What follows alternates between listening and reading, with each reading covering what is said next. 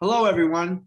I'm Lou Marciani, the director of the Innovation Institute for Fan Experience and the host of Dr. Lou's Views, a series of podcasts about the current issues and challenges facing the sports and entertainment industry that contribute to the ideal fan experience.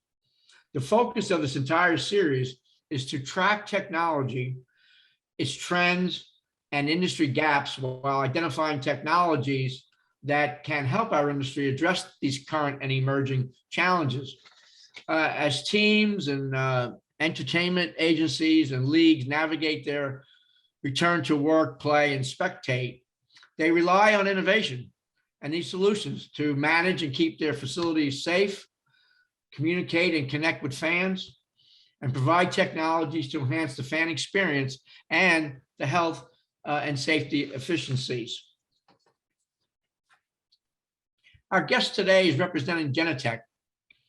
Chris Diggich, the technology partner manager specializing in license plate recognition solutions, is going to talk to us today about frictionless parking, a new trend that's taking place that's really under the leadership of Genetec in this country to see if we can improve the fan journey relative to parking. So I think it's a very important aspect of the journey, Chris. We know that from research. We know that from the industry itself. Let me ask you this. What are things that people think about when it comes to parking? Dr. Lou, first, thank you very much for having me on the show. I'm very, very honored to be here. So it's an interesting question, and the answer is the reality is most people don't think about parking. Whether you're going to the mall, whether you're going to a venue, whether you're going to a stadium, you're excited about the game, you're excited about the concert, you're excited about going there, even if it's just the experience, but you're not thinking about parking. The reality is in North America, we have plenty of land space and most people expect there to be parking when they arrive. So whether you're going to Target, whether you're going to Costco, whether you're going to a venue, you expect there to be parking abundant when you're there. And if it's not there, it kind of sours the journey a little bit. No question. We hear that all the time. A 30-minute wait to get into for a concert, say last night, it ruins the whole experience right up front before the event even begins.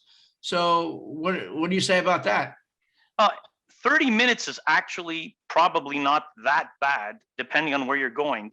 A real life anecdote was last October. So October of 2021, I got 3 kids. They're all into soccer. My 2 daughters are soccer maniacs, and they were very excited because the New Zealand national team was coming to play. It was the women's New Zealand national team. So everybody had a bit of cabin fever because of Omicron. So the coach kind of organized this whole outing, and we went, and it was kind of like a team organized thing. So getting there was absolutely horrendous. The last mile of that journey was crazy. It took forever to get into the venue. Once you got into the venue, you had to wait a lineup to pay at the pay station for parking. It was a very, very difficult and challenging process. And by the time we got down, I don't want to exaggerate, but probably I would say 12 sets of families, or 12 parents, however you want to look at it, were saying, I am never coming here again. Think about that. These people worked very hard. This organization worked very hard. It was an MLS venue. They worked very hard to put this thing together. They were able to draw a crowd, and people left with the notion that they never want to come here again. And why? Because of parking, which is probably the last thing that's on most people's minds. So it is a serious concern, and the reality is, whether you like it or not, it's a key part of the journey. It's what the experience usually starts and ends with. At least that's what we say in the parking world. No, Chris, I think you're 100% right. Now, let's think where we are right now. Parking is significant on the journey, but here comes COVID. So has COVID had any impact on parking at stadiums? Absolutely. So it's very interesting.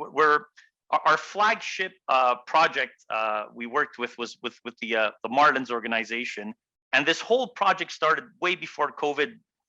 People even knew the name COVID. At the time, the director of parking was Mike McKeon. We were working with him. He had a vision, and we started this whole thing. And then when COVID started, boom, everything got put on ice, right? So everything stopped. I mean, people were, some people were furloughed, but the whole thing was kind of, we didn't know what was going to happen, and it kind of went dormant. And then probably about 5-6 months ago, the whole thing started up again, and it was a different drive. The initial reason for having this project was absolutely fan dissatisfaction with the way things were before, and that had to change. But the fact that COVID came along was kind of giving it that extra boost it needed. It wasn't initially planned that way, but the fact that you have a frictionless parking means you have less contact with pay stations and less contact with other people, hence making the process smoother, but also making it more hygienic, which was a byproduct of this whole thing. Yeah, no, there's no question about it. Now, to get deep into improving parking for this journey that we're striving for, first we have to start, what are the main issues that stadiums have with parking? Let's start with the issues. I'm running a stadium for a professional organization. What are my issues in today's world? So, stadiums in many ways are the same, and in also many ways are different than any sort of end destination. If you're going to Costco, or you think about going to Costco, the reality is you're going to go to Costco on Saturday, Monday, whenever it's convenient for you, and that's where you're going to go. When you're looking at a venue, you have a tremendous amount of people that need to get there pretty much at the same time, whether it's kickoff, whether it's the opening pitch, whatever it is that you're, the beginning of the concert. And you have to get a tremendous amount of people in one space in a very short period of time. And depending on that venue, where it's located, that can be a challenge. And sometimes we see people waiting. We talked about 30 minutes before. When we were studying what was going on at the Martin's venue, we were looking at up to 80 minutes, sometimes 2 hours to get in, depending on the draw and depending on it.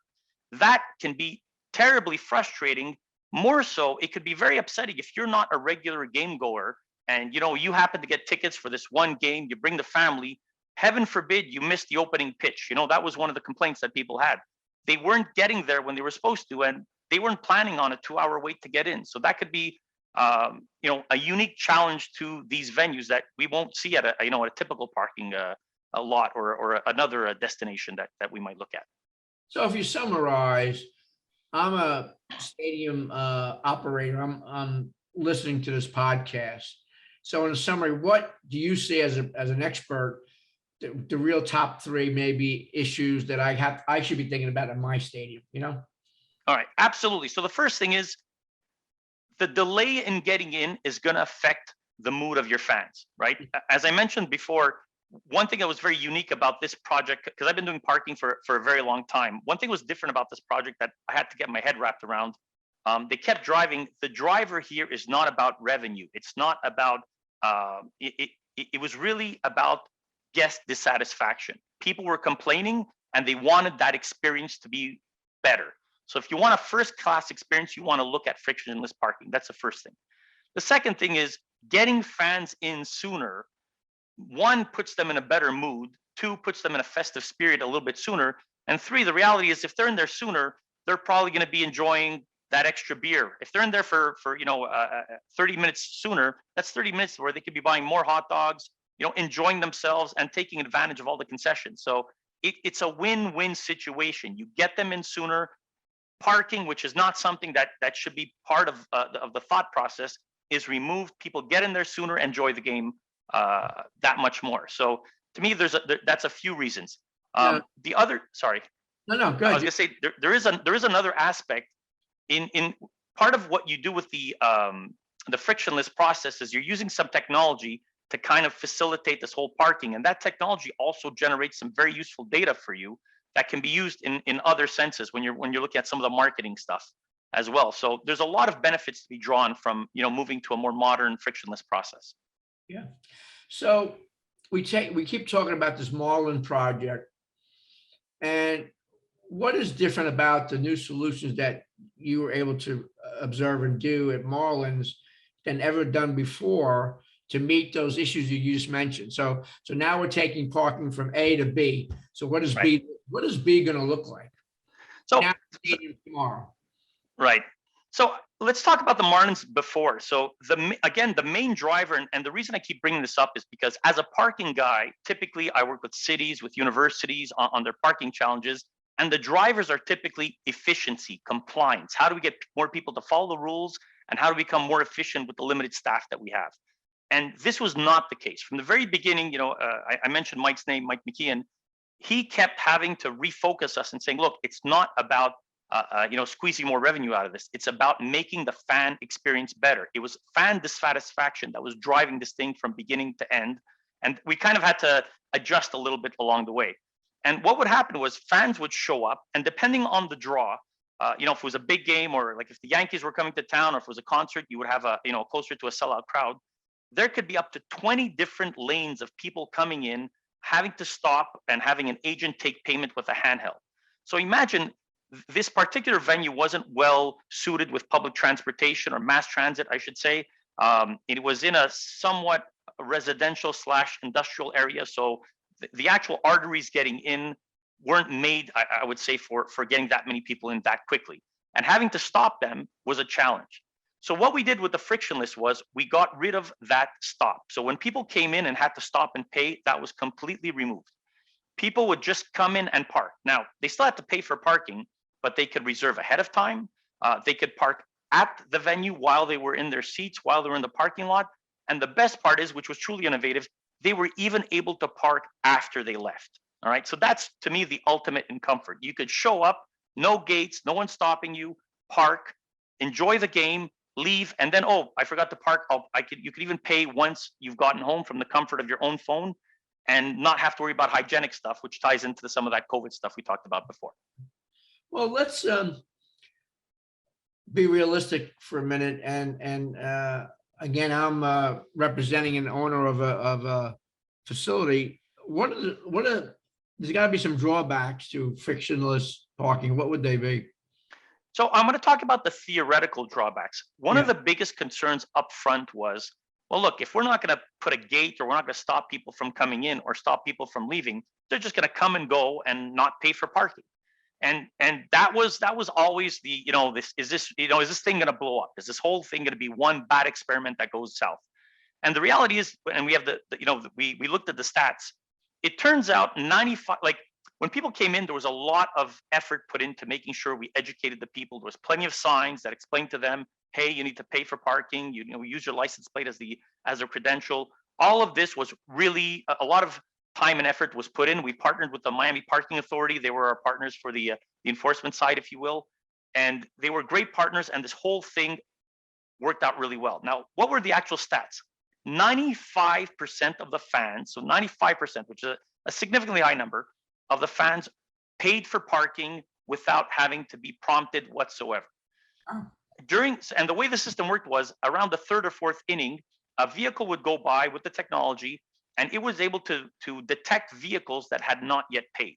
So those fans would get what was called a promissory note. So it's kind of like a ticket, but it's not a ticket. The ticket basically says, hey, please pay within the next 24 hours, or else it will become a ticket and you'll have to pay more than whatever the fee was. Let's say it was $15. And that brought the number to 98%.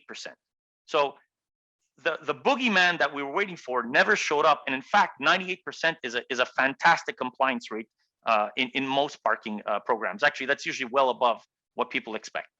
No, that's pretty phenomenal. Now, what about the non-revenue parking? What's the impact on that? We have stadiums that are they're non-revenue. Non-venue. Okay. Yeah. What is the difference? What is the non-venue parking solution? That's what I was asking. Yeah. Okay. So when we typically deal with cities, again, it's a very different game. It's a very different mindset. And that's one of the things we kept having to get reset on. When you're talking about cities, it's a different challenge. People are parking on the streets. Again, it's not a bunch of people arriving at the same time. And again, the push is always about efficiency and compliance. I've been in parking for a long time. Those two words come up over and over. It's a very common theme. And that's not to say that the only thing cities are after are giving tickets. Not at all. In fact, there might be some exceptions that are like that, but over and all, cities are about compliance. Here, it's a different game, because here again, it's about the guest experience. It's about the fan experience, and having to do that. in the cities, it's not so much about the experience. It's about there's a limited amount of parking on the curbside, and we want to manage it well. So I would say, the mindset in looking at the challenge from the very beginning is very different. And that's why we kind of had to develop some new technology around this. It's funny, we were in working with with our software engineers. They would be like, "Oh, Chris, okay, we got them. We could, at this point, do we start pushing out the ticket?" No, no, no. We're like, we actually gave them 72 hours to pay, even though the signs clearly state 24 hours. It's like, yeah, but after 24, we got them. No, because we want to make sure that they don't have a bad experience. And every additional feature that we brought in was really, in this feeling of how do we make it easy? How do we make it pleasurable? How do we make it, not a bad experience? And we actually generated, like I said, new code and new software, new features to kind of give that white glove, first class experience to the fans. Where on a city front, I don't want to make it seem like we're just trying to give people a bad experience. But again, the drivers are typically efficiency and compliance. These are the things that drive, because everybody wants to be able to park on the street, and we got to make sure that turns over. Whereas here we came at it from, hey, we want everybody who comes in to have a first class experience. So it was a little bit different. So it is different in that sense. Okay. Let me project out for 2025. So that's a couple more years down the road here. What do and I know you're thinking about this really, because you are the expert on this whole parking environment here. What would you project out in 25? What's a parking lot going to look like? So I definitely think more things can be added to make every parking experience a better experience. And if we're looking at venues in particular, I think that's where you have the opportunity to draw in a lot more of the new technologies. COVID has pushed most of us to the front, where we're probably doing Uber Eats more. We're probably doing Skip the Dishes more, or whatever the service that you're looking for by phone. There's nothing stopping us from tying in more of these things. Why not go to a venue and plan to have your beer delivered at the third inning, and all of this can be just touchless. Someone could just deliver it. You don't have to worry about it. It's already tied to your seat. It's already tied to your license plate. It's already tied to one account. I could see us drawing in more and more of these things, because at the end of the day, at least I'll speak for myself. When I go to these events, I want it to be an escape from everything that is, a headache, everything that's a pain. I don't have to think about anything. And I think more and more, if we draw on some examples, I think movie theaters have started going this way. Like, it's not just to go there and get a movie. You could now tie in your snacks. Some of them are having more of almost like a VIP treatment, where you show up, you can even have a meal. All of that is part of the experience. Why not bring in all of this? And the reality is, if it's all organized ahead of time, or if it's something I could do very quickly on my phone and arrange it, I think that will make the experience that much better. And I could definitely see some of these things working itself into the equation in the next couple of years. You mentioned earlier too about part of the experience is get to know the behaviors of the spectator. So you see that data collection process might be even part of this 2025 movement. Absolutely. So that's a very keen insight. When we looked at the Marlins, for example, there are many different ways people can pay or arrange for parking. If you're a season ticket holder, you might have a couple of seats already associated to your box or something like that. There was employees, there were certain VIP people. Then there's the everyday fan that just showed up that didn't reserve ahead of time. He could pay by phone or pay at the pay station. All of this information is in the system, and as you show up, all of this information is being collected. So you could start to look at stats and say, well, look, I want to know how many of my VIPs show up before the first inning, or how many of them show up after the third inning. That might make you adjust the way you want to maybe run some ads, or run some commercials, or run some promotions. And then you find out, hey, most of your unregistered fans show up at this time. All of this is interesting data to better understand your fans, your fan behavior, so you could better cater to them. I think we're on the same page. I won't wait till 2025 to interview you again on a podcast. I think we need to do it annually to see how we're progressing toward really the evolution of data collection, using the data well to apply to the behavior.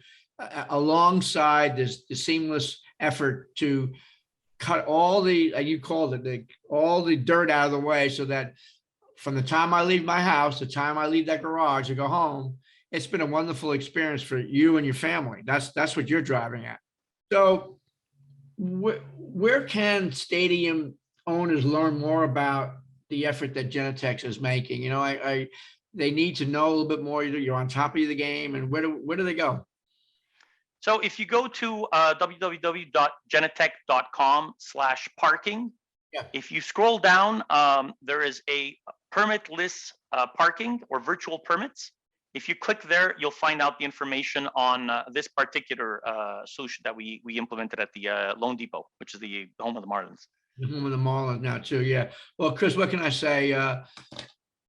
What we really summarizing today, that in all cases, parking is a critical aspect of the new fan experience. And we have to do everything we can with technology to enhance that, which you're doing, and along with people and process, so that it's smooth. Well, listen, thank you so much. Great podcast with you, and hope to see you soon. Thank you so much for your time, Dr. Lou. It was a pleasure being here. Thank you.